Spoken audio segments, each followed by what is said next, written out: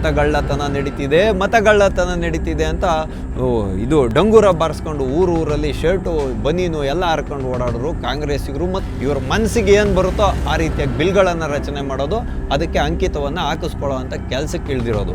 ಬೆಂಕಿ ಇಡೋ ಅಂತ ಕೆಲಸ ಮಾಡ್ತಿದೆಯಲ್ಲ ಈ ಕಾಂಗ್ರೆಸ್ಸು. ಯಾವಾಗಲೂ ಬರ್ನಲ್ಲಿ ಹಾಕೋಣೋ ಬುದ್ಧಿ, ವದಂತಿಗಳನ್ನು ಹಬ್ಬಿಸೋ ಬುದ್ಧಿ, ಅದ್ರ ಮುಖಾಂತರ ಅಧಿಕಾರವನ್ನು ಹಿಡಿಯುವಂಥ ಬುದ್ಧಿ, ಓಲೈಕೆ, ತುಷ್ಟೀಕರಣ, ಆಮಿಷ, ವದಂತಿ, ಇದೇ ಇವರ ಅಸ್ತ್ರಗಳು. ಪ್ರಿಯಾಂಕ ಖರ್ಗೆ ಅಂತವರು ಜಾಸ್ತಿ ಶರ್ಟೆಲ್ಲ ಹಾರ್ಕೊಂಡು ಮಾತಾಡ್ತಾರಲ್ಲ, ಸಂವಿಧಾನದ ಮಹಾನ್ ರಕ್ಷಕರು ಅಂತ ಪ್ರಶ್ನೆ ಮಾಡ್ತಾ ಇದ್ದೀನಿ. ನೀವು ಇವತ್ತು ಒಂದು ಸ್ವಾಯತ್ತ ಸಂಸ್ಥೆನ ತೊಗಲಕ್ ದರ್ಬಾರ್ ಮಾಡ್ತಿದೆ ಅನ್ನೋದಾದರೆ ನೀವು ಮಾಡ್ತಿರೋದೇನು? ಯಾರೇನು ಹಿಡ್ಕೊಂಡು ಹಿಂಗೆ ಅಳ್ಳಾಡಿಸಿ ಎಳೆದು ಜಗ್ಗಾಡಿ ಕಾಲು ಎಳೆದ್ರು ಬೀಳ್ದೇ ಇರೋಂಥ ಸರ್ಕಾರ ರಚನೆ ಮಾಡಿಕೊಟ್ಟಿದೆಯಲ್ಲ, ಆವಾಗ EVM ಮಿಷಿನ್ಗಳು, ಮತಯಂತ್ರಗಳು ಕರೆಕ್ಟಾಗಿತ್ತಾ? ಒಪ್ಕೊಳ್ರಿ. ಹಂಗಂದ್ರೆ ನೀವೆಲ್ಲ ಅಕ್ರಮ ಮಾಡೋದ್ರ ಮುಖಾಂತರನೇ ಗೆದ್ದಿದ್ರಾ ಅನ್ನೋಂಥ ಪ್ರಶ್ನೆ ಇವತ್ತು ಬರ್ತಿರೋದು. ನೀವು ನಿಜವಾಗಲೂ ಸಕ್ರಮವಾಗಿ ಗೆದ್ದಿದ್ರೆ ನೀವು ಅಧಿಕಾರ ನಡೆಸಿ. ಅಕ್ರಮವಾಗಿ ಚುನಾವಣೆ ನಡೆದಿದೆ, ಚುನಾವಣಾ ಆಯೋಗ ತಪ್ಪಾದ ಎಣಿಕೆಯನ್ನು ಮಾಡಿದೆ, ನಿಖರವಾಗಿ ಎಣಿಕೆ ಮಾಡಿಲ್ಲ, ಮತಗಳ್ಳತನ ನಡೆದಿದೆ ಅಂತೆಲ್ಲ ನೀವು ಇವತ್ತು ಈ EVMನ ವಿಶ್ವಾಸಾರ್ಹತೆ ಬಗ್ಗೆ ನಮಗೆ ನಂಬಿಕೆ ಇಲ್ಲ ಅಂತೆಲ್ಲ ನೀವು ಇವಾಗ ಹೇಳ್ತಿದ್ದೀರಲ್ಲ. ಹಂಗಂದ್ರೆ ನೀವು ಗೆದ್ದಿದ್ದು ಹೆಂಗೆ ಅನ್ನೋಂಥ ಪ್ರಶ್ನೆಗೆ ಉತ್ತರ ಹೇಳ್ಬೇಕಲ್ರಿ ಜನಗಳಿಗೆ. ಯಾವ ರೀತಿ ನೀವು ಜನಗಳ ಮುಂದೆ ಮಖವನ್ನು ಎತ್ಕೊಂಡು ಓಡಾಡ್ತೀರಾ? ಈ ಬಿಲ್ ಬರೋದಕ್ಕೆ ಮುಂಚೆನೇ ಇಲ್ಲಿ ಬೂತ್ ರಿಗ್ಗಿಂಗ್ ನಡೀತಿದೆ ಅನ್ನೋವಂಥ ವಿಷಯ ಪ್ರಿಯಾಂಕ ಖರ್ಗೆ ಕಿವಿಗೆ ಕೇಳಿಸೋದಿಲ್ಲ, ಕಣ್ಣು ಕೂಡ ಕಾಣಿಸೋದು ಇಲ್ಲ ಇವ್ರಿಗೆ. ಆದರೆ ಚುನಾವಣಾ ಆಯೋಗದ ಮೇಲೆ ಗೂಬೆ ಕೆರೆಸೋ ಕೆಲಸ ಅಂತ ಮಾತ್ರ ಈ ಪ್ರಿಯಾಂಕ ಖರ್ಗೆ ಬಿಡೋದೇ ಇಲ್ಲ. TV ವಿಕ್ರಮದ ಸಮಸ್ತ ವೀಕ್ಷಕರಿಗೆ ಆಟೋವಾಲ ಕಾರ್ಯಕ್ರಮಕ್ಕೆ ಆತ್ಮೀಯವಾದ ಸ್ವಾಗತ. ನಾನು ನಿಮ್ಮ ಜಯಂತ್ ಪಾಂಡೆ. ಸ್ನೇಹಿತರೆ, ಆಟೋವಾಲ ಕಾರ್ಯಕ್ರಮಕ್ಕೆ ನಾವಿಂದು ಆಯ್ದುಕೊಂಡಂತಹ ವಿಷಯ ಶಿಲಾಯುಗಕ್ಕೆ ಕರ್ಕೊಂಡು ಹೋಗುತ್ತಾ ರಿವರ್ಸ್ ಗೇರ್ ಸರ್ಕಾರ. ಹೌದು ಸ್ನೇಹಿತರೆ, ನಾನಿವತ್ತು ನಿಮ್ಮ ಮುಂದೆ ಈ ರೀತಿಯಾಗಿ ಹೇಳ್ತಾ ಇರೋದಕ್ಕೆ ಒಂದು ಪ್ರಬಲವಾದ ಕಾರಣ ಉಂಟು. ಅದೇನಪ್ಪ ಅಂತ ಹೇಳಿದ್ರೆ, ಈಗ ದೇಶದಾದ್ಯಂತ ಚುನಾವಣೆಗಳು EVM ಅಂದರೆ ವಿದ್ಯುನ್ಮಾನ ಮತಯಂತ್ರದ ಮುಖಾಂತರ ನಡೀತಿದೆ. ಅದರಿಂದ ಚುನಾವಣಾ ಆಯೋಗಕ್ಕೆ ಸಾಕಷ್ಟು ಸಂಕಷ್ಟನೂ ಕಡಿಮೆ. ಅಂದರೆ ಅದನ್ನು ಕೌಂಟ್ ಮಾಡೋದಿರ್ಬೋದು, ಅವುಗಳನ್ನ ಸಂರಕ್ಷಣೆ ಮಾಡೋದಿರ್ಬೋದು, ಖರ್ಚು ವೆಚ್ಚಗಳ ವಿಷಯಕ್ಕೆ ಬಂದರೆ ಮತ್ತು ನಿಖರವಾಗಿ ಮತಗಳನ್ನು ಎಣಿಕೆ ಮಾಡೋದಿರ್ಬೋದು, ಇದೆಲ್ಲವೂ ಸುಲಭವಾದ ಕೆಲಸ. ಹಾಗಾಗಿ ಇದನ್ನು ಯಾರೋ ಹಾದಿ ಬೀದಿಯಲ್ಲಿ ಹೋಗೋರು ವಿದ್ಯುನ್ಮಾನ ಮತಯಂತ್ರಗಳನ್ನ ತಯಾರು ಮಾಡ್ತಾ ಇರತಕ್ಕಂಥದ್ದು ಭಾರತದಲ್ಲಿ ಅತ್ಯಂತ ವಿಶ್ವಾಸ ಅರ್ಹತೆಯನ್ನು ಹೊಂದಿರತಕ್ಕಂತಹ BEL ಸಂಸ್ಥೆ ಇದರ ತಂತ್ರಜ್ಞಾನವನ್ನು ಉನ್ನತೀಕರಣ ಮಾಡಿ ಇವತ್ತು BEL ಸಂಸ್ಥೆ ವಿದ್ಯುನ್ಮಾನ ಮತಯಂತ್ರಗಳನ್ನು ಮಾಡ್ತಿದೆ. ಇದನ್ನು ಜಾರಿಗೆ ತಂದಿದ್ದು ಯಾರು? ವಿದ್ಯುನ್ಮಾನ ಮತಯಂತ್ರದ ಮುಖಾಂತರ ದೇಶದಲ್ಲಿ ಚುನಾವಣೆ ನಡಿಬೇಕು ಅಂತ ಮೊದಲಿಗೆ ನಿರ್ಧಾರ ಮಾಡಿದ್ದು ಕಾಂಗ್ರೆಸ್ ಪಕ್ಷನೇ ಅಲ್ವಾ? ಅವಾಗ BJP ಎಲ್ಲೂ ಅಸ್ತಿತ್ವದಲ್ಲೇ ಇರಲಿಲ್ಲ. ಕೇರಳದಲ್ಲಿ ಶುರು ಮಾಡಿದ್ರು ಮೊದಲು. ಆದರೆ ಇವತ್ತಿನ ಸಾರಿಗೆ ಸಚಿವರು ರಾಮಲಿಂಗಾರೆಡ್ಡಿ ಅವ್ರನ್ನೇ ಹೇಳ್ತಿದ್ದಾರೆ, 1986ನೇ ಇಸ್ವಿಯಲ್ಲಿ ಜರ್ಮನಿಯಲ್ಲಿ ಇದನ್ನು ತಯಾರು ಮಾಡ್ರು, ಅವರೇ ಇವಾಗ ಸ್ಟಾಪ್ ಮಾಡಿಬಿಟ್ಟಿದ್ದಾರೆ. ನಾವ್ಯಾಕೆ ವಿದ್ಯುನ್ಮಾನ ಮತಯಂತ್ರದಲ್ಲಿ ಅಂದರೆ EVM ಮುಖಾಂತರ ಮತದಾನವನ್ನು ಮಾಡಬೇಕು ಅನ್ನೋಂಥ ಪ್ರಶ್ನೆನೆತ್ತಿದ್ದಾರೆ. ಇನ್ನು ಸುಮ್ಮನೆ ಇರ್ತಾರ? ಸಂವಿಧಾನದ ಮಹಾನ್ ಸಂರಕ್ಷಕರು ನಮ್ಮ ಪ್ರಿಯಾಂಕ ಖರ್ಗೆ ಅವ್ರದ್ದು ಡೈಲಾಗ್ಸ್ನ ನೀವು ಕೇಳಲೇಬೇಕು. ಯಾಕೆ ಅಂತ ಹೇಳಿದ್ರೆ, ಈ ಸರ್ಕಾರ ಒಂದು ಶಪಥವನ್ನು ಮಾಡಿತ್ತು.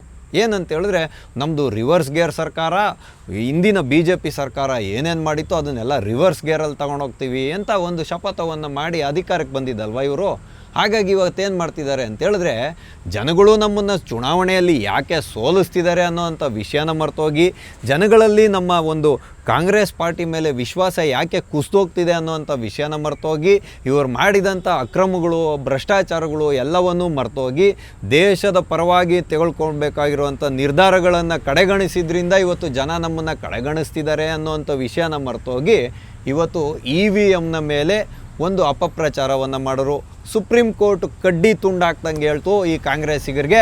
ಇವ್ರ ಕಿವಿನೇ ನೆಟ್ಟಗಾಗಲಿಲ್ಲ, ಇವ್ರದ್ದೊಂಥರ ತಾಮ್ರದ ಕಿವಿ. ಹಾಗಾಗಿ ಅದನ್ನು ಹಾದಿ ಬೀದಿಯಲ್ಲಿ ರಂಪಾಟ ಮಾಡ್ರು.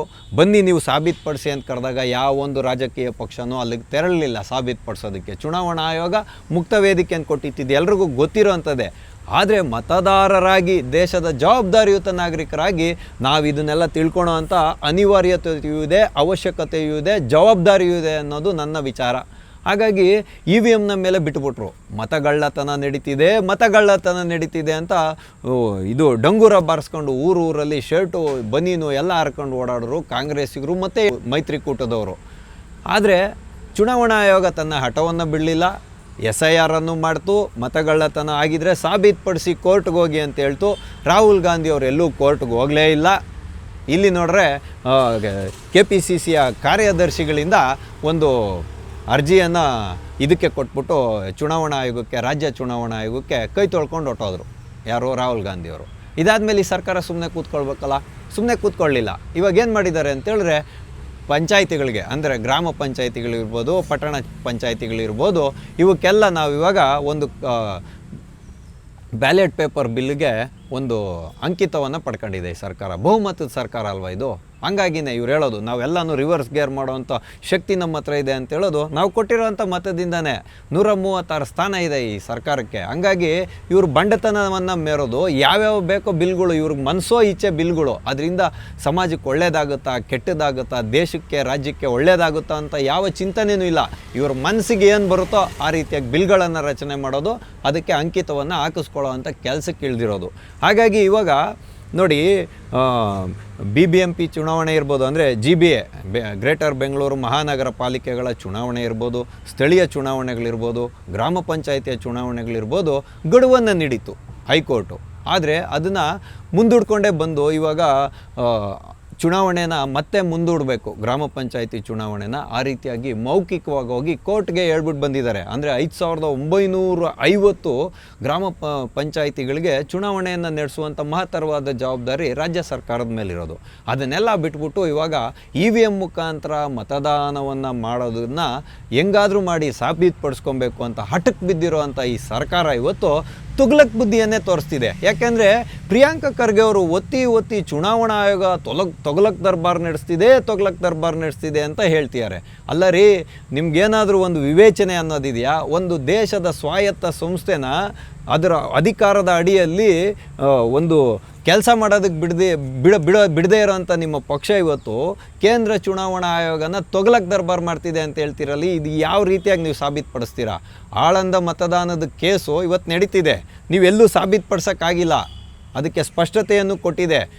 ಆದರೆ ನೀವು ಇವತ್ತು ಹೇಳ್ತಿರೋದೇನು, ಚುನಾವಣಾ ಆಯೋಗ ತೊಗಲಕ್ ದರ್ಬಾರ್ ಮಾಡೋದ್ರ ಮುಖಾಂತರ, EVMನಲ್ಲಿ ಮತಗಳ್ಳತನ ಮಾಡೋದ್ರ ಮುಖಾಂತರ ಯಾವುದೋ ಒಂದು ರಾಜಕೀಯ ಪಕ್ಷವನ್ನು ಅಣತಿಯ ಮೇಲೆ ನಡೀತಿದೆ ಅನ್ನೋದನ್ನು ಬಿಂಬಿಸೋಕೆ ಹೊರಟಿದ್ದೀರಾ. ಅದರ ಒಂದು ವಿಷಯವನ್ನು ಇಟ್ಕೊಂಡು ಇವತ್ತು ಗ್ರಾಮ ಪಂಚಾಯಿತಿಗಳಿಗೆ ಬ್ಯಾಲೆಟ್ ಪೇಪರಲ್ಲಿ ನೀವು ಚುನಾವಣೆಯನ್ನು ಮಾಡ್ತಿದ್ದೀರಾ. ಸ್ನೇಹಿತರೆ, ನಾವಿಲ್ಲಿ ನೋಡಬೇಕಾಗಿರುವಂಥ ಒಂದು ಸೂಕ್ಷ್ಮ ವಿಷಯ ಇದರಲ್ಲಿ ಅಡಗಿದೆ. ಈ ಸರ್ಕಾರ ಯಾವ್ಯಾವ ಬಿಲ್ಗಳನ್ನು ಪಾಸ್ ಮಾಡ್ಕೊಳುತ್ತೋ, ಚುನಾವಣೆಗಳನ್ನ ಮುಂದಕ್ಕೆ ಹಾಕ್ಕೊಂಡು ಹೋಗೋಕ್ಕೆ ಏನೇನು ತಂತ್ರಗಳನ್ನು ಹೂಡಬೇಕೋ ಎಲ್ಲವನ್ನೂ ಹೂಡುತ್ತೆ. ಆದರೆ ಅದೆಲ್ಲವೂ ಫೇಲ್ಯೂರ್ ಆಗ್ತವೆ, ಅಂದರೆ ಎಲ್ಲನೂ ವಿಫಲ ಆಗ್ತವೆ ಪ್ರಯತ್ನಗಳು. ಆದರೆ ಇದ್ರ ಮೇಲೆ ಯಾರಾದರೂ ಒಂದು ಚೆನ್ನಾಗಿ ತಿಳಿದಂಥವ್ರು PIL ಹೋಗಬೇಕು. ಯಾಕೆಂದರೆ ಸಂವಿಧಾನದಲ್ಲಿ ಯಾವ್ಯಾವ ಬಿಲ್ಗಳನ್ನು ಮಾಡಬೇಕು ಅದನ್ನು ಮಾಡೋದಕ್ಕೆ ಇವ್ರಿಗೆ ಅವಕಾಶ ಕೊಟ್ಟಿದ್ದಾರೆ. ಆದರೆ ಮನಸೋ ಇಚ್ಛೆ ಮಾಡಿದಾಗ ದೇಶದ ನಾಗರಿಕರ ಒಂದು ವಿಶ್ವಾಸವನ್ನು ಕಳ್ಕೊಂಡ್ಬಿಡ್ತವೆ ರಾಜಕೀಯ ಪಕ್ಷಗಳು. ಹೌದ್ರಿ, ನಾವೆಲ್ಲ ಇಷ್ಟೋ ದೇಶದ ಬಗ್ಗೆ ತಿಳಿದಿರೋರು ಇವತ್ತು ಮತದಾನ ಯಂತ್ರಗಳ ಮುಖಾಂತರ, ಇವತ್ತು ಮತಯಂತ್ರಗಳ ಮುಖಾಂತರ ಏನು ಚುನಾವಣೆಗಳು ನಡೀತಿದೆ, ಇದರಲ್ಲಿ ಸಾಕಷ್ಟು ಅಕ್ಯುರಸಿ ಇದೆ. ಅಂದರೆ ನಿಖರವಾದ ಚುನಾವಣೆ ನಡೀತಿದೆ, ನಿಖರವಾದ ಒಂದು ಮತದಾನದ ಒಂದು ಎಣಿಕೆ ನಡೀತಿದೆ, ಇದರಲ್ಲಿ ಯಾರು ಮೋಸ ಮಾಡೋಕ್ಕಾಗ್ತಿಲ್ಲ ಅನ್ನೋಂಥ ವಿಶ್ವಾಸವನ್ನು ಚುನಾವಣಾ ಆಯೋಗ ಇವತ್ತು ಭಾರತೀಯರ ಹತ್ರ ಗಳಿಸ್ಕೊಂಡಿರೋದು. ಅದಕ್ಕೆ ಬೆಂಕಿ ಇಡೋವಂಥ ಕೆಲಸ ಮಾಡ್ತಿದೆಯಲ್ಲ ಈ ಕಾಂಗ್ರೆಸ್ಸು. ಈ ಕಾಂಗ್ರೆಸ್ಗೆ ಯಾವಾಗಲೂ ಬರ್ನಲ್ ಹಾಕ್ಕೊಳೋ ಬುದ್ಧಿ, ವದಂತಿಗಳನ್ನು ಹಬ್ಬಿಸೋ ಬುದ್ಧಿ, ಅದ್ರ ಮುಖಾಂತರ ಅಧಿಕಾರವನ್ನು ಹಿಡಿಯೋವಂಥ ಬುದ್ಧಿ, ಓಲೈಕೆ, ತುಷ್ಟೀಕರಣ, ಆಮಿಷ, ವದಂತಿ, ಇದೇ ಇವರ ಅಸ್ತ್ರಗಳು. ಹಾಗಾಗಿ ಇವಾಗ ಆ ಬಿಲ್ನ ಪಾಸ್ ಮಾಡ್ಕೊಂಡಿದ್ದಾರೆ. ಬಡ್ಜೆಟ್ಗೆ ಅನುಮೋದನೆ ಪಡ್ಕೊಳೋ ಅಂಥ ಇವಾಗೇನು ಸದನ ನಡೀತಿದೆ ಅಧಿವೇಶನ, ಇದರಲ್ಲಿ ಬ್ಯಾಲೆಟ್ ಪೇಪರ್ ಬಿಲ್ಗೆ ಇವರು ಇವಾಗ ಇದನ್ನು ತೊಗೊಂಡಿರೋದು, ಅಂಕಿತವನ್ನು ಹಾಕ್ಸ್ಕೊಂಡಿದ್ದಾರೆ. ನೋಡಿ, ಇಲ್ಲಿ ಅಡಗಿರೋ ಸೂಕ್ಷ್ಮ ವಿಷಯ ಏನು ಅಂತೇಳಿದ್ರೆ, ಈ ಬಿಲ್ಗೆ ಇವರು ಅನುಮೋದನೆಯನ್ನು ಪಡ್ಕೊಳೋದಕ್ಕೆ ಮುಂಚೆನೇ ಒಂದು 5-6 ದಿನದ ಹಿಂದೆ ಅಂದ್ಕೊಳ್ತೀನಿ, ಒಂದು ಸಹಕಾರ ಸಂಘದ, ಕೃಷಿ ಸಹಕಾರ ಸಂಘದ್ದೇನೋ ಒಂದು ಚುನಾವಣೆ ನಡೀತಿತ್ತು ಕುಣಿಗಲ್ಲಲ್ಲಿ, ಸಂತೆ ಮಾವತ್ತೂರು ಅನ್ನೋಂಥ ಊರಲ್ಲಿ. ಅಲ್ಲಿ ಒಬ್ಬ ವ್ಯಕ್ತಿ ಕಾಂಗ್ರೆಸ್ನ ಪ್ರತಿನಿಧಿಸ್ತಕ್ಕಂಥ ಅಭ್ಯರ್ಥಿಗಳ ಪರವಾಗಿ ಮತಗಳನ್ನು ಒತ್ಕೊಂಡ್ಬಿಟ್ಟು ಇಲ್ಲಿ ಲೀಫ್ಸ್ ಏನಿರ್ತವೆ, ಅಂದರೆ ಕರಪತ್ರಗಳೇನಿರ್ತವೆ ಇದ್ರದ್ದು ಬ್ಯಾಲೆಟ್ ಪೇಪರ್ಗಳು, ಅದರಲ್ಲಿ ಕಾಂಗ್ರೆಸ್ಸನ್ನು ಪ್ರತಿನಿಧಿಸುವಂಥ ಅಭ್ಯರ್ಥಿಗಳಿಗೆ ಇದನ್ನು ಸೀಲನ್ನು ಒತ್ತಿ ಅದನ್ನು ಬೂತಲ್ಲಿ ಹಾಕಕ್ಕೆ ಹೋಗ್ತಿದ್ರು. ಅದನ್ನು ರೆಡ್ ಹ್ಯಾಂಡಾಗಿ ಹಿಡಿದು ಇವಾಗ ಆ ಚುನಾವಣೆಯನ್ನು ಅಮಾನತ್ನಲ್ಲಿ ಇಡಲಾಗಿದೆ. ಅಂದರೆ ಈ ಬಿಲ್ ಬರೋದಕ್ಕೆ ಮುಂಚೆನೇ ಇಲ್ಲಿ ಬೂತ್ ರಿಗ್ಗಿಂಗ್ ನಡೀತಿದೆ ಅನ್ನೋವಂಥ ವಿಷಯ ಪ್ರಿಯಾಂಕಾ ಖರ್ಗೆ ಕಿವಿಗೆ ಕೇಳಿಸೋದಿಲ್ಲ, ಕಣ್ಣು ಕೂಡ ಕಾಣಿಸೋದು ಇಲ್ಲ ಇವ್ರಿಗೆ. ಆದರೆ ಚುನಾವಣಾ ಆಯೋಗದ ಮೇಲೆ ಗೂಬೆ ಕೆರೆಸೋ ಕೆಲಸ ಅಂತ ಮಾತ್ರ ಈ ಪ್ರಿಯಾಂಕಾ ಖರ್ಗೆ ಬಿಡೋದೇ ಇಲ್ಲ. ಇದು ಇವರ ಒಂದು ರಾಜಕೀಯ ತಂತ್ರ. ಹಾಗಾಗಿ ನಾವು ಈ ವಿಷಯವನ್ನು ಅಷ್ಟು ಹಗುರವಾಗಿ ಯಾರು ತೆಗೆದಾಕೋಕ್ಕೆ ಹೋಗಬಾರ್ದು ಮತದಾರರು. ಯಾಕೆ ಅಂತೇಳಿದ್ರೆ ಈ ಬಿಲ್ ಬರೋದಕ್ಕೆ ಮುಂಚೆನೇ ಇಷ್ಟೊಂದು ಅಕ್ರಮ ನಡೆದಿರೋದು ಸಾಬೀತಾಗ್ತಿದೆಯಲ್ಲ. ಇವತ್ತು ರೆಡ್ ಹ್ಯಾಂಡಾಗಿ ಹಿಡಿದು ಚುನಾವಣೆನೇ ಅಮಾನತ್ ಮಾಡಿದಾರಲ್ಲ ಅಲ್ಲಿ ಸಹಕಾರ ಸಂಘದ ಚುನಾವಣೆಯನ್ನು. ಇನ್ನು ಈ ಬಿಲ್ ಬಂದರೆ 5950 ಗ್ರಾಮ ಪಂಚಾಯಿತಿಗಳಲ್ಲಿ, ಪಟ್ಟಣ ಪಂಚಾಯಿತಿಗಳಲ್ಲಿ, ಜಿಲ್ಲಾ ಪಂಚಾಯಿತಿಗಳಲ್ಲಿ, ನಗರಸಭೆಗಳಲ್ಲಿ ಎಲ್ಲವೂ ನಡೆದಾಗ ಇದು ಬೂತ್ ರಿಗ್ಗಿಂಗ್ಗೆ ಮತ್ತು ಅಕ್ರಮ ಚುನಾವಣೆಗೆ ನಾಂದಿ ಆಡುತ್ತೋ ಇಲ್ಲೋ ಅನ್ನೋಂಥ ಪ್ರಶ್ನೆ ಇವತ್ತು ಮತದಾರರು ತಮ್ಮ ಮುಂದೆ ಇಟ್ಕೊಬೇಕು. ಕಾಂಗ್ರೆಸ್ ಸರ್ಕಾರ, ಸಿದ್ದರಾಮಯ್ಯ ಅವರ ನೇತೃತ್ವದ ಕಾಂಗ್ರೆಸ್ ಸರ್ಕಾರ ತನ್ನನ್ನು ತಾನು ಎಷ್ಟೇ ಬೇಕಾದ್ರೂ ಸಮರ್ಥನೆ ಮಾಡ್ಕೋಬೋದು. ಆದರೆ ಈಗ ಕಣ್ಣೆದುರುಗಡೆ ಇರೋವಂಥ ಉದಾಹರಣೆಯನ್ನು ನಾವು ನೋಡುವಾಗ ಮುಂದೆ ನಡೆಯುವಂಥ ಚುನಾವಣೆಗಳಲ್ಲಿ ಬ್ಯಾಲೆಟ್ ಪೇಪರಿಂದ ಚುನಾವಣೆ ನಡೆದ್ರೆ ಈ ರೀತಿಯಾಗಿ ಬೂತ್ ರಿಗ್ಗಿಂಗ್ ಅಂದರೆ ಮತಪೆಟ್ಟಿಗೆಗಳನ್ನ ಹೊತ್ಕೊಂಡು ಹೋಗೋದು, ಅದರಲ್ಲಿ ಬೇಕಾಬಿಟ್ಟಿಯಾಗಿ ಬ್ಯಾಲೆಟಲ್ಲಿ ಯಾರಿಗೆ ಅವ್ರಿಗೆ ಬೇಕಾಗಿರೋವಂಥ ಅಭ್ಯರ್ಥಿಗಳಿಗೆ ಒಂದು ಸೀಲನ್ನು ಹಾಕ್ಬಿಟ್ಟು ಬ್ಯಾಲೆಟ್ ಪೇಪರನ್ನು ಒಳಗಡೆ ಹಾಕೋದು, ಮತ ಎಣಿಕೆಯಲ್ಲಿ ನಿಖರವಾದ ಮಾಹಿತಿ ಸಿಗದೇ ಇರತಕ್ಕಂಥದ್ದು, ತಪ್ಪಾಗಿ ಎಣಿಕೆಗಳನ್ನು ಮಾಡ್ತಕ್ಕಂಥದ್ದು, ಇದೆಲ್ಲನೂ ಮಾಡೋವಂಥದ್ದು ಮೇಲ್ನೋಟಕ್ಕೆ ಕಂಡುಬರ್ತಿದೆ. ಹಾಗಾಗಿ ಪ್ರಜಾತಂತ್ರ ವ್ಯವಸ್ಥೆಯಲ್ಲಿ ಇವತ್ತು ಪ್ರಿಯಾಂಕಾ ಖರ್ಗೆ ಅಂತವರು ಜಾಸ್ತಿ ಶರ್ಟೆಲ್ಲ ಹಾರ್ಕೊಂಡು ಮಾತಾಡ್ತಾರಲ್ಲ, ಸಂವಿಧಾನದ ಮಹಾನ್ ರಕ್ಷಕರು ಅಂತ. ಒಂದು ಸ್ವಾಯತ್ತ ಸಂಸ್ಥೆಗೂ ಕೂಡ ತನಗೇ ಆದಂಥ ಪರಮೋಚ್ಚ ಅಧಿಕಾರಗಳಿದೆ. ಅದನ್ನು ಚಲಾವಣೆ ಮಾಡಿ ಚುನಾವಣಾ ಆಯೋಗ ಒಂದು ವಿಶ್ವಾಸಾರ್ಹವಾದಂತಹ ಚುನಾವಣೆಗಳನ್ನು ದೇಶದಾದ್ಯಂತ ನಡೆಸ್ಕೊಂಡ್ಬರ್ತಿದೆ. ಅದನ್ನು ಕಂಡು ನಿಮಗೆ ಯಾಕೆ ಒಡಲಲ್ಲಿ ಉರಿ ಅನ್ನೋವಂಥ ಪ್ರಶ್ನೆನ ನಾನಿವತ್ತು ಕಾಂಗ್ರೆಸ್ಸಿಗರಿಗೆ ಕೇಳ್ತಾ ಇರ್ತಕ್ಕಂಥದ್ದು. ಹೌದ್ರಿ, ನೀವು ಗೆದ್ದಿರೋವಂಥ ಶಾಸಕರಿರ್ಬೋದು, ಸಚಿವರಿರ್ಬೋದು, CM ಇರ್ಬೋದು, DCM ಇರ್ಬೋದು, ರಾಜ್ಯ ಚುನಾವಣಾ ಆಯೋಗ ನಿಮ್ಮ ಅಣತಿಯಂತೆ ನೀವು ಏನು ಸೂಚನೆಗಳನ್ನು ಕೊಡ್ತೀರೋ ಅದರ ಅಡಿಯಲ್ಲಿ ಕೆಲಸವನ್ನು ಮಾಡ್ಬೋದು. ಆದರೆ ಈ ದೇಶದ ಒಬ್ಬ ಸಾಮಾನ್ಯ ನಾಗರಿಕನಾಗಿ ನನಗೂ ಕೂಡ ಹಕ್ಕಿದೆ, ಜವಾಬ್ದಾರಿ ಇದೆ, ಬಾಧ್ಯತೆ ಇದೆ. ಅದರ ಅಡಿಯಲ್ಲೇ ನಾನು ಪ್ರಿಯಾಂಕಾ ಖರ್ಗೆ ಅವ್ರಿಗೆ ಪ್ರಶ್ನೆ ಮಾಡ್ತಾ ಇದ್ದೀನಿ. ನೀವು ಇವತ್ತು ಒಂದು ಸ್ವಾಯತ್ತ ಸಂಸ್ಥೆಯನ್ನು ತೊಗಲಕ್ಕೆ ದರ್ಬಾರ್ ಮಾಡ್ತಿದೆ ಅನ್ನೋದಾದರೆ ನೀವು ಮಾಡ್ತಿರೋದೇನು? ನೀವು ರಿವರ್ಸ್ ಗೇರ್ ಹಾಕಿ ಜನ ನಿಮ್ಗೆ ಅಧಿಕಾರವನ್ನು ಕೊಟ್ಟಿದ್ದಾರೆ ಅಂತ ಮರ್ತೋಗಿದ್ದೀರ. ನೀವು 5 ವರ್ಷಕ್ಕೆ ಅಧಿಕಾರ ಕೊಟ್ಟಿದ್ದಾರೆ ಅನ್ನೋದನ್ನು ಮರ್ತೋಗಿ ನಾವು ಏನೋ ಶಾಶ್ವತವಾಗಿ ಇಲ್ಲಿರ್ತೀವಿ ಅನ್ನೋ ರೀತಿಯಲ್ಲಿ ಧೋರಣೆಯನ್ನು ಕೈಗೊಂಡು ದೇಶದಾದ್ಯಂತ ಇವತ್ತು EVMನ ಮುಖಾಂತರ ಒಂದು ಚುನಾವಣೆಗಳು ಎಲ್ಲ ಕಡೆ ನಡೆಯೋದಕ್ಕೆ ಸಜ್ಜಾಗಿ ಕುಳಿತಿದ್ರೆ ಚುನಾವಣಾ ಆಯೋಗ, ನೀವು ರಿವರ್ಸ್ ಗೇರ್ ಮಾಡ್ತಿದ್ದೀರಲ್ಲ. ಹಾಗಾದರೆ ತೆಲಂಗಾಣದಲ್ಲಿ ಗೆದ್ದಿದೆಯಲ್ಲಪ್ಪ ನಿಮ್ಮ ಸರ್ಕಾರ, ಬೇಡ ಹೋಗಲಿ, ನಮ್ಮದೇ ರಾಜ್ಯದಲ್ಲಿ ಬಹುಮತದ ಸರ್ಕಾರ, ಸುಭದ್ರವಾದ ಸರ್ಕಾರ, 5 ವರ್ಷ ಯಾರೇನು ಹಿಡ್ಕೊಂಡು ಹಿಂಗೆ ಅಳ್ಳಾಡಿಸಿ ಎಳೆದು ಜಗ್ಗಾಡಿ ಕಾಲು ಎಳೆದ್ರು ಬೀಳದೇ ಇರೋಂಥ ಸರ್ಕಾರ ರಚನೆ ಮಾಡಿಕೊಟ್ಟಿದೆಯಲ್ಲ, ಆವಾಗ EVM ಮಿಷಿನ್ಗಳು, ಮತಯಂತ್ರಗಳು ಕರೆಕ್ಟಾಗಿತ್ತಾ? ಒಪ್ಕೊಳ್ರಿ. ಹಂಗಂದರೆ ಚುನಾವಣೆಯಲ್ಲಿ ಅಕ್ರಮಗಳು ನಡೆದಿದೆ ಅನ್ನೋದಾದರೆ ನೀವು 136 ಶಾಸಕರು ಇವತ್ತೇನಿದ್ದೀರಾ ಬೇಜವಾಬ್ದಾರಿ ಶಾಸಕರು, ನೀವೆಲ್ಲ ರಾಜೀನಾಮೆ ಕೊಟ್ಟು ಮನೆಗೆ ಹೋಗ್ಬೇಕೋ ಇಲ್ವ ಅನ್ನೋದು ನಿಮ್ಮ ಪ್ರಶ್ನೆ ನಿಮ್ಮ ಮುಂದೆ ಇಟ್ಕೊಳ್ಳಿ. ಸರಿ ಅಲ್ವಾ ನಾನು ಕೇಳೋದು? ಈಗ ಮತ ಎಣಿಕೆಯಲ್ಲಿ ಅಕ್ರಮಗಳು ನಡೆದಿದೆ, ಮತಯಂತ್ರಗಳ ಮುಖಾಂತರ ನಡೆದಿರೋಂಥ ಚುನಾವಣೆಯಲ್ಲಿ ಅಕ್ರಮಗಳು ನಡೆದಿದೆ ಅಂತ ಡಂಗುರ ಬಾರಿಸ್ಕೊಂಡು ಬೀದಿಯಲ್ಲಿ ಹೇಳ್ತಾ ಇರೋಂಥ ಇದಿರಲ್ಲ ನೀವು. ಇವಾಗ 136 ಜನ ಶಾಸಕರು, ಸಚಿವರುಗಳು, CM, DCM ಎಲ್ಲ ನೀವು ಇದ್ದೀರಲ್ಲ, ಹಂಗಂದರೆ ನೀವೆಲ್ಲ ಅಕ್ರಮ ಮಾಡೋದ್ರ ಮುಖಾಂತರನೇ ಗೆದ್ದಿದ್ರಾ ಅನ್ನೋಂಥ ಪ್ರಶ್ನೆ ಇವತ್ತು ಬರ್ತಿರೋದು.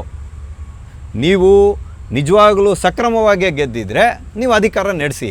ಅಕ್ರಮವಾಗಿ ಚುನಾವಣೆ ನಡೆದಿದೆ, ಚುನಾವಣಾ ಆಯೋಗ ತಪ್ಪಾದ ಎಣಿಕೆಯನ್ನು ಮಾಡಿದೆ, ನಿಖರವಾಗಿ ಎಣಿಕೆ ಮಾಡಿಲ್ಲ, ಮತಗಳ್ಳತನ ನಡೆದಿದೆ ಅಂತೆಲ್ಲ ನೀವು ಇವತ್ತು ಈ EVMನ ವಿಶ್ವಾಸಾರ್ಹತೆ ಬಗ್ಗೆ ನಮಗೆ ನಂಬಿಕೆ ಇಲ್ಲ ಅಂತೆಲ್ಲ ನೀವು ಇವಾಗ ಹೇಳ್ತಿದ್ದೀರಲ್ಲ. ಹಂಗಂದರೆ ನೀವು ಗೆದ್ದಿದ್ದು ಹೆಂಗೆ ಅನ್ನೋಂಥ ಪ್ರಶ್ನೆಗೆ ಉತ್ತರ ಹೇಳ್ಬೇಕಲ್ರಿ ಜನಗಳಿಗೆ.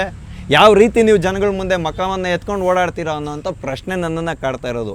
ಹಾಗಾಗಿ ಈ ಸರ್ಕಾರ ಈ ರೀತಿಯಾದಂಥ ಜನಗಳಲ್ಲಿ ವಿಶ್ವಾಸವನ್ನು ಕಳ್ಕೊಳ್ಳೋಂಥ ಕೆಲಸ ಮಾಡಿದ್ರೆ ದೇಶದಾದ್ಯಂತ ಕಾಂಗ್ರೆಸ್ ನಿರ್ನಾಮ ಆಗದೆ ಇನ್ನೇನಾಗುತ್ತೆ ಅನ್ನೋಂಥ ಪ್ರಶ್ನೆನ ಮಹಾನ್ ಸಂವಿಧಾನ ಸಂರಕ್ಷಕ ಪ್ರಿಯಾಂಕಾ ಖರ್ಗೆ ಅವರು ತಮ್ಮ ಮುಂದೆ ಇಟ್ಕೋಬೇಕು. ಈ ಬ್ಯಾಲೆಟ್ ಪೇಪರ್ನ ಒಂದು ಬಿಲ್ಗೆ ಏನು ಇವಾಗ ಅನುಮೋದನೆಯನ್ನು ಪಡ್ಕೊಂಡಿದ್ದಾರೆ ರಾಜ್ಯಪಾಲರು, ಇದನ್ನು ತಡೆ ಹಿಡಿಬೇಕು ಅಂತ ಒಬ್ಬ ಜವಾಬ್ದಾರಿಯುತ ನಾಗರಿಕನಾಗಿ ನಾನು ವಿನಂತಿಯನ್ನು ಮಾಡ್ತಿದ್ದೀನಿ. ಆದರೆ ಇದಕ್ಕೆ ಪೂರಕವಾಗಿ ಏನು ಮಾಡಬೇಕು ನನಗೂ ಅಷ್ಟು ಮಾಹಿತಿ ಇಲ್ಲ. ಆದರೆ ಯಾರಾದರೂ ತಿಳಿದಂಥ ವ್ಯಕ್ತಿಗಳು ಸಮಾಜದ ಸುಭಿಕ್ಷವಾದ ಸಮಾಜ, ಸುಭಿಕ್ಷವಾದ ದೇಶವನ್ನು ಕಟ್ಟಬೇಕು ಅಂತ ಯಾರು ನಂಬಿಕೆ ಇಟ್ಟಿರುವಂಥ ಹಲವಾರು ನ್ಯಾಯಾಧೀಶರಿದ್ದಾರೆ, ನ್ಯಾಯವಾದಿಗಳಿದ್ದಾರೆ, ಸಾಮಾಜಿಕ ಕಾರ್ಯಕರ್ತರಿದ್ದಾರೆ. ಅದರಲ್ಲಿ ಯಾರಾದರೂ ಒಬ್ಬರು PILನ್ನು ಹೈಕೋರ್ಟ್ಗೆ ಹಾಕೋದ್ರ ಮುಖಾಂತರ ಈ ಬಿಲ್ಲನ್ನು ತಡೆ ಹಿಡಿಬೇಕು. ಇಲ್ಲದೇ ಇದ್ದರೆ ಮುಂದೆ ಚುನಾವಣೆಗಳಲ್ಲಿ ಗ್ರಾಮ ಪಂಚಾಯಿತಿ ಚುನಾವಣೆಗಳಲ್ಲಿರ್ಬೋದು, ಪಟ್ಟಣ ಪಂಚಾಯಿತಿ ನಗರಸಭೆ ಚುನಾವಣೆಗಳಲ್ಲಿರ್ಬೋದು ತಲೆಗಳು ಹೊಡ್ಕೊಳ್ತಾರೆ ಜನ. ಈ ರೀತಿಯಾಗಿ ಮೊನ್ನೆ ಸಂತೆ 30ರಲ್ಲಿ ನಡೆದಿರೋಂಥ ಘಟನೆಯನ್ನು ನೋಡಿದಾಗ ಪರಸ್ಪರ ಒಡೆದಾಟಗಳಾಗೋದು, ಬಡದಾಟಗಳಾಗೋದು, ಇಂಥ ಎಲ್ಲ ಘಟನೆಗಳು ನಡೆಯುವಂಥ ಸಂಭವ ಎದ್ದು ಕಾಣ್ತಿದೆ. ಮತ್ತು ಅಕ್ರಮವಾಗಿ ಮತದಾನ ನಡೆದು ಕಾಂಗ್ರೆಸ್ ಪಕ್ಷ ತನ್ನ ಅಣತಿ ಮೇಲೆ ನಡೆಯುವಂಥ ಸರ್ಕಾರಗಳನ್ನು ಸೃಷ್ಟಿ ಮಾಡ್ಕೊಳ್ಳುತ್ತೆ. ಗ್ರಾಮ ಪಂಚಾಯಿತಿಯಲ್ಲಿರ್ಬೋದು, ನಗರಸಭೆಗಳಲ್ಲಿರ್ಬೋದು, ತನ್ನ ಅಣತಿ ಮೇಲೆ ನಡೆಯುವಂಥ ಇದನ್ನು ಸಮಿತಿಗಳನ್ನ ರಚನೆ ಮಾಡ್ಕೊಳ್ಳೋಂಥ ಸಂಭವ ಕಾಣ್ತಿದೆ. ಹಾಗಾಗಿ ಮಹಾನ್ ಸಂವಿಧಾನದ ರಕ್ಷಕರಾದಂಥ ಪ್ರಿಯಾಂಕ ಖರ್ಗೆ ಅವರು ಜಾಸ್ತಿ ಏನು ವಿಜೃಂಭಿಸೋದಕ್ಕೆ ಹೋಗೋದು ಬೇಡ. ಯಾರಾದರೂ ಒಬ್ಬರು PIL ಇದ್ರ ವಿರುದ್ಧವಾಗಿ ಹಾಕೇ ಹಾಕ್ತಾರೆ ಅನ್ನೋವಂಥ ನಂಬಿಕೆಯೊಂದಿಗೆ ಈ ರಿವರ್ಸ್ ಗೇರ್ ಸರ್ಕಾರ ಜನಗಳಿಗೆ ಒಳ್ಳೆಯದಾಗುವಂಥ ಕೆಲಸಗಳನ್ನು ಮಾಡಲಿ. ಅದನ್ನು ಬಿಟ್ಟುಬಿಟ್ಟು ಈ ರೀತಿಯಾಗಿ ತಪ್ಪಾದಂಥ ಬಿಲ್ಗಳನ್ನ ತಂದು ಜನರನ್ನು ಹಾದಿ ತಪ್ಪಿಸೋ ಕೆಲಸವನ್ನು ಮಾಡಬಾರ್ದು ಅನ್ನೋವಂಥ ವಿನಂತಿಯನ್ನು ಮಾನ್ಯ ಸಿದ್ದರಾಮಯ್ಯನವರ ಮುಂದೆ ಇಡೋದ್ರ ಮುಖಾಂತರ ಇಂದಿನ ಆಟೋವಾಲ ಕಾರ್ಯಕ್ರಮವನ್ನು ನಾವು ಮುಗಿಸ್ತಾ ಇದ್ದೇವೆ. ಮುಂದೆ ಇಂತಹದ್ದೇ ಒಂದು ಕುತೂಹಲಕಾರಿಯಾದ ವಿಷಯದೊಂದಿಗೆ ನಾವೆಲ್ಲರೂ ಮತ್ತೆ ಭೇಟಿಯಾಗೋಣ.